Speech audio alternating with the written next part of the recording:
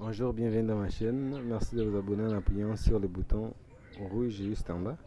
Aujourd'hui, nous allons parler de Coronavirus Disease 2019, donc COVID-19. La COVID-19 ou Coronavirus Disease 2019 est une pathologie respiratoire causée par le SARS-CoV-2. Le coronavirus rassemble plusieurs types de virus, dont trois sont particulièrement très dangereux et ont causé des épidémies mortelles chez l'homme. En l'occurrence, SARS-CoV, MRS-CoV et SARS-CoV-2. Ce sont des virus zoonotiques, c'est-à-dire qui se transmettent des animaux à l'homme. Et des études ont montré que les SARS-CoV étaient transmis par des chats civettes aux hommes et les MRS-CoV des dromadaires aux hommes. Plusieurs autres coronavirus sont connus chez les animaux, mais n'ont pas encore jusqu'à infecté l'homme.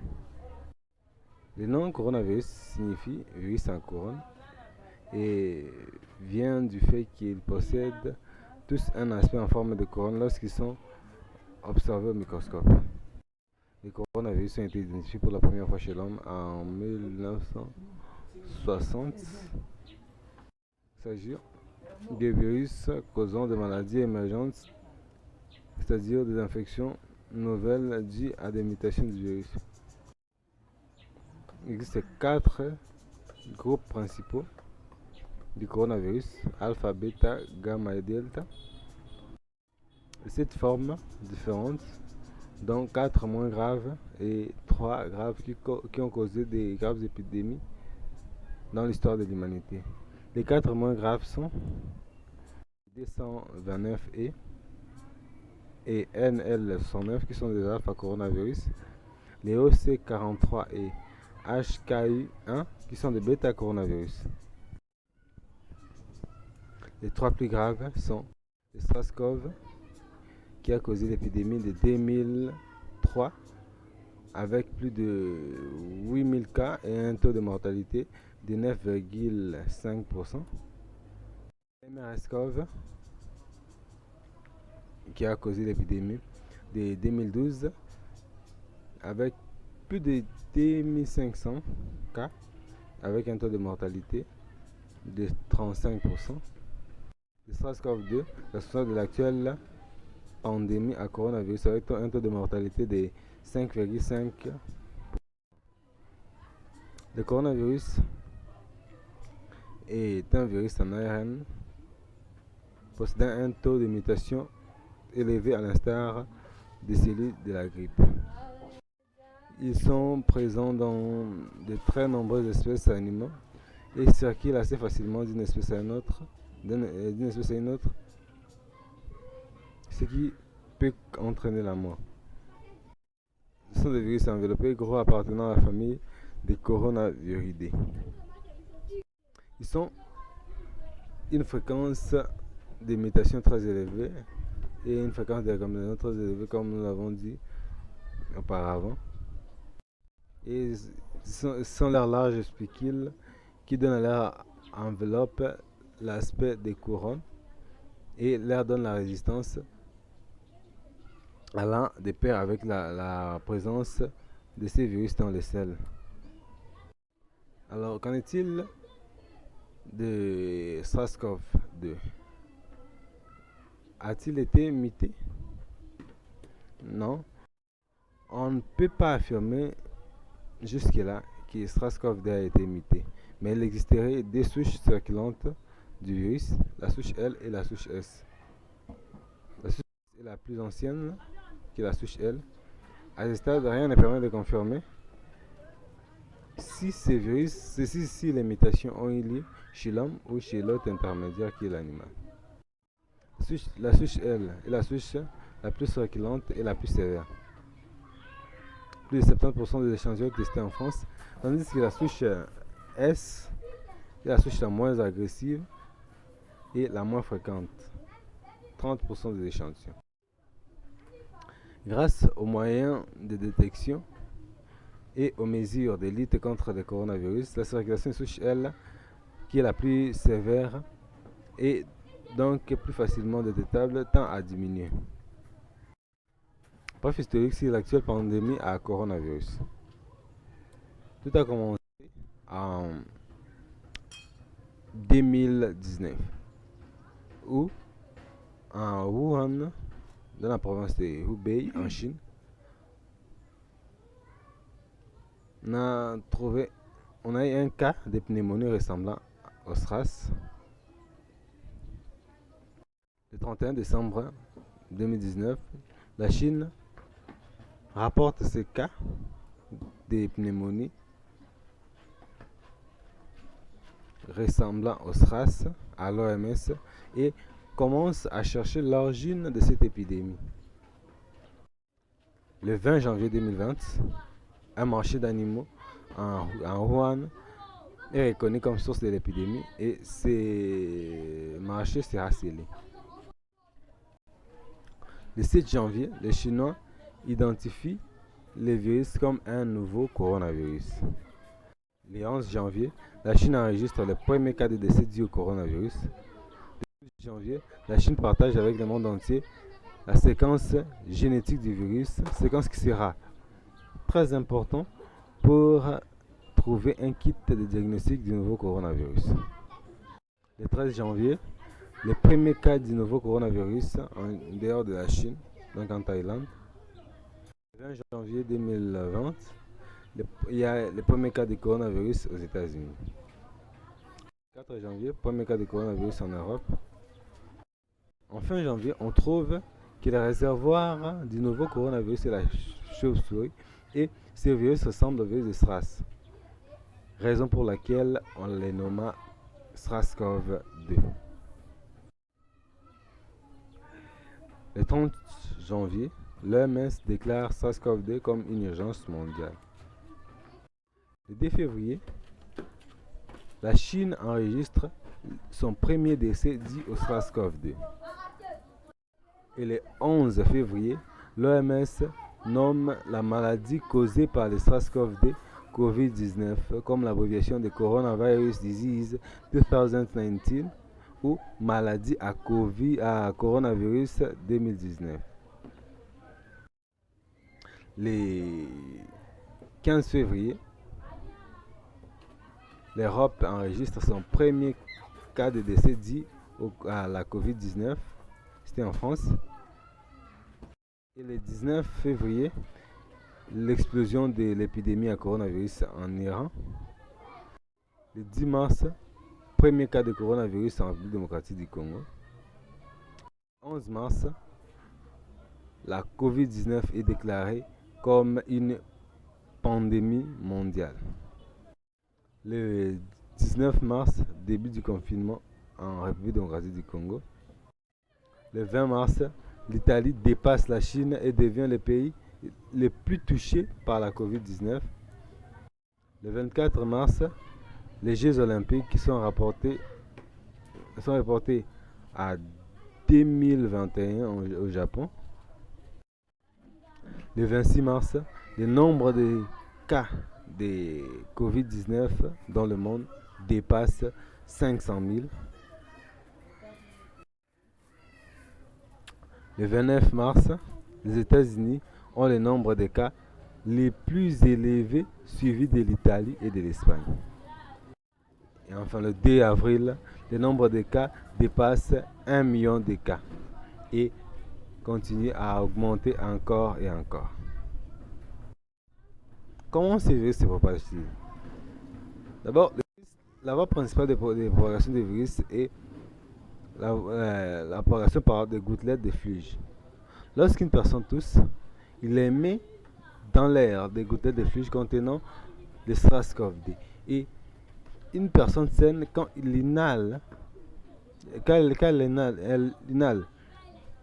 ces gouttelettes de fluide, elle inhale en même temps les SARS-CoV-2 qui vont se développer, qui vont se fixer au niveau des nez, au niveau de la gorge et développer la COVID-19. La personne peut aussi s'infecter en touchant ces sécrétions qui contiennent le coronavirus, donc ces gouttelettes de fluide qui sont déposées sur un matériel, on parle là de contamination indirecte, qui sont déposées sur un matériel et ensuite la personne touche soit son nez ou la bouche. L'autre moyen de contamination est par des matières fécales, mais la contamination par des matières fécales est faible. Comment notre corps réagit au nouveau coronavirus? Quand les nouveaux coronavirus, les SARS-CoV, pénètrent dans l'organisme, ils commencent d'abord par irriter les muqueuses nasales, ce qui va causer l'éternuement. Ensuite, les muqueuses trachéales, qui va causer le mal de gorge. Et enfin, descendre au niveau du poumon, au niveau des alvéoles. Et c'est lié aux enzymes des pneumocytes D, ACE. Abréviation anglaise des enzymes alveolar cells enzyme 2. Donc l'enzyme de surface des pneumocytes D à travers la glycoprotéine membranaire. La liaison avec les ACD entraîne l'entrée du virus dans les pneumocytes D, soit par fusion directe de la membrane du virus avec la membrane plasmique, soit par endocytose. À l'intérieur des pneumocytes, le virus libère son ARN qui est un ARN chaîne positif. Cet ARN+ n'a pas besoin d'entrer dans les noyaux du virus pour commencer sa réplication. La chaîne positive de l'ARN va être directement lue par les ribosomes de l'hôte et synthétiser une ARN polymérase. L'ARN polymérase va ensuite lire la séquence de l'ARN positif pour générer un ARN négatif. L'ARN positif va aussi être lu. L'ARN négatif va aussi être lu par l'ARN polymérase pour générer un ARN positif et plusieurs petites chaînes d'ARN positif. Ces petites chaînes d'ARN positif vont être à leur tour lues au niveau des ribosomes de réticulum endoplasmique pour produire des protéines des structures du virion. Les protéines vont être transférées vers l'appareil de Golgi où se fera l'assemblage des particules du virion.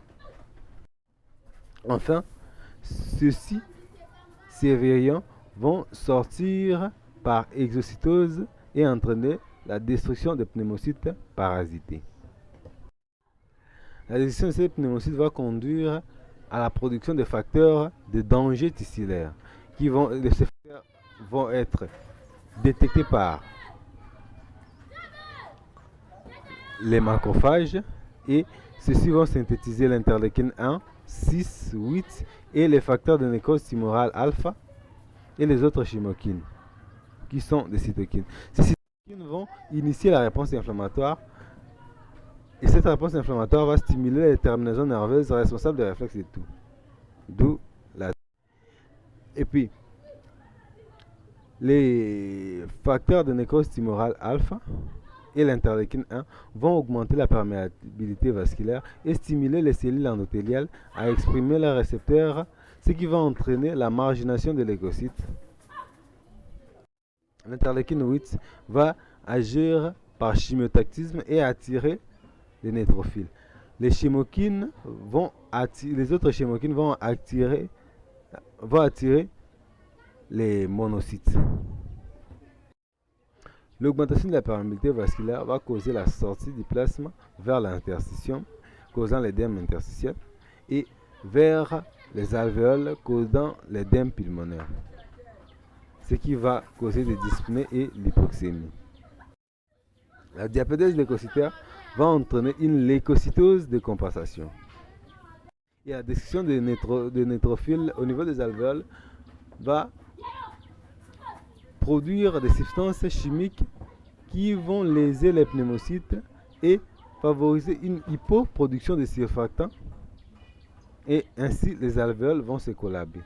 Et ce qui va accentuer encore la dyspnée qui était déjà là. La destruction des pneumocytes et des macrophages va conduire à la production de prostaglandines et de leucotriènes. Les leucotriènes vont entraîner une bronchoconstriction et accentuer l'hypoxémie. Les prostaglandines, l'interleukine et l'interleukine 6 sont responsables de la fièvre dans la COVID-19.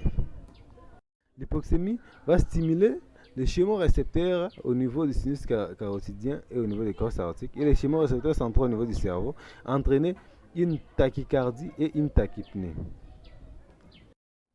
Les macrophages alvéolaires peuvent reconnaître les virus grâce aux récepteurs spéciaux, les phagocytés, et présenter les antigènes viraux au niveau aux lymphocytes T. Les lymphocytes T vont stimuler les lymphocytes B qui vont se transformer en plasmocytes pour produire des anticorps.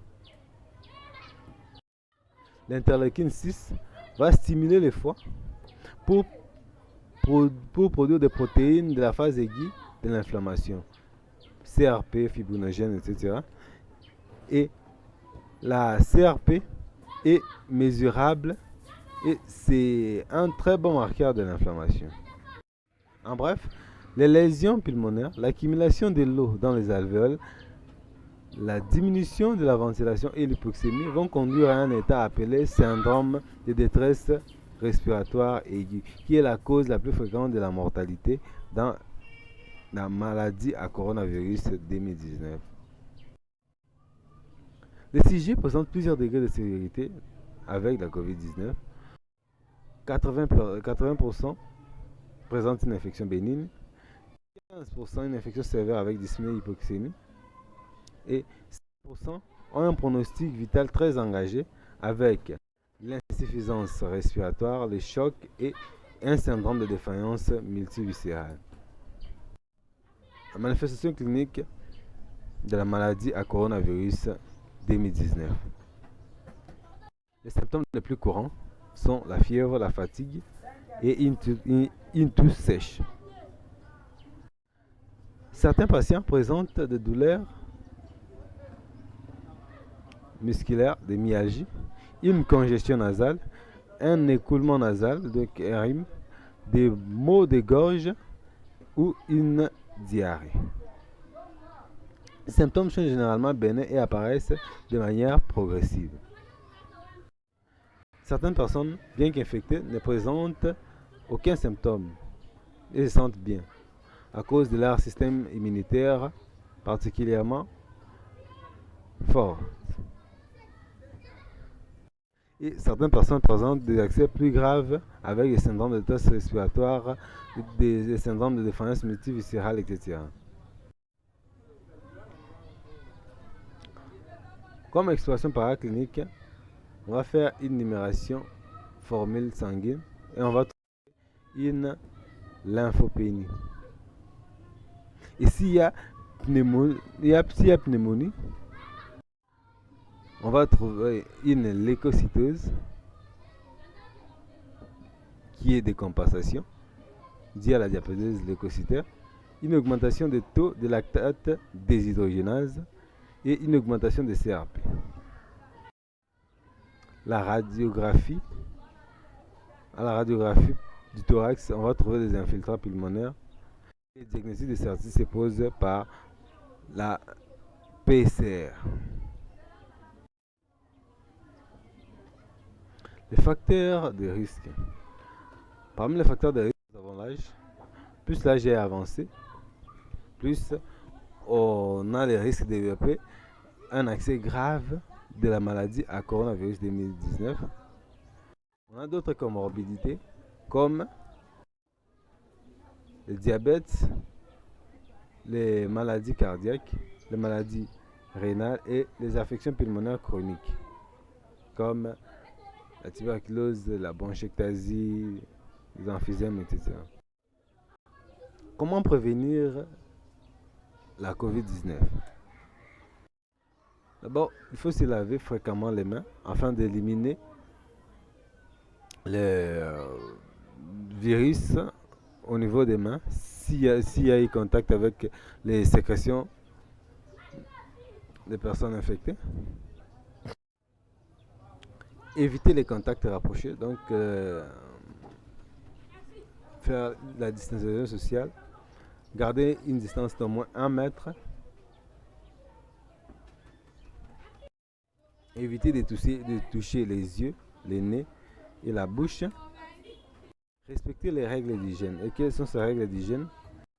Il faut se couvrir la bouche et les nez avec les plis de coude ou avec un mouchoir en cas de toux ou d'éternuement. Ensuite, jeter directement le mouchoir dans une poubelle après utilisation et fermer. Se laver les mains avec une solution hydroalcoolique ou avec de l'eau au savon. Porter des masques. Le port de masque permet à la personne qui est infectée de ne pas émettre des gouttelettes de fluide contenant des virus dans l'environnement et permet à la personne qui est saine de ne pas capter ces gouttelettes de fluide. Donc c'est une méthode très efficace pour lutter contre la maladie à coronavirus. Désinfecter fréquemment les surfaces avec une solution hydroalcoolique ou l'alcool dénaturé, parce que le coronavirus, c'est un virus enveloppé qui est fragile, facilement tué à l'alcool. Le confinement. Mais pour que le confinement marche, il faut que ce soit un confinement total. Et les vaccins, il y a beaucoup de vaccins en cours de recherche. Point sur certaines questions concernant le coronavirus. Il est établi que boire de l'alcool ne protège pas contre le coronavirus et peut s'avérer très dangereux. Parce que certaines personnes pensaient que, comme l'alcool est un désinfectant qui tue le virus, boire l'alcool protégerait peut-être contre le coronavirus. C'est faux. S'exposer au soleil à une température supérieure à 35 à 25 degrés n'empêche pas de contracter le coronavirus comme certaines personnes le pensaient. Arriver à retenir la respiration pendant 10 secondes ou plus sans tousser ni se sentir gêné ne signifie pas qu'on est épargné de la maladie à coronavirus 2019 ou de toute maladie pulmonaire. On peut guérir du coronavirus parce que le coronavirus n'est pas une maladie chronique. Le virus de la COVID-19 peut se transmettre sous les climats chauds et humides. Donc ça peut se transmettre partout dans le monde. Prendre un bain chaud ne protège aucunement contre le coronavirus. Le vaccin contre la pneumonie et contre la grippe ne protège pas contre le nouveau coronavirus. Les sèches-mains ne sont pas efficaces contre le nouveau coronavirus. Les lampes à désinfection ultraviolet ne sont pas aussi efficaces contre le nouveau coronavirus. La pulvérisation de l'alcool ou de chlore partout dans le corps ne peut pas tuer le coronavirus. On peut recevoir sans danger un colis provenant d'une région où sévit la pandémie à coronavirus.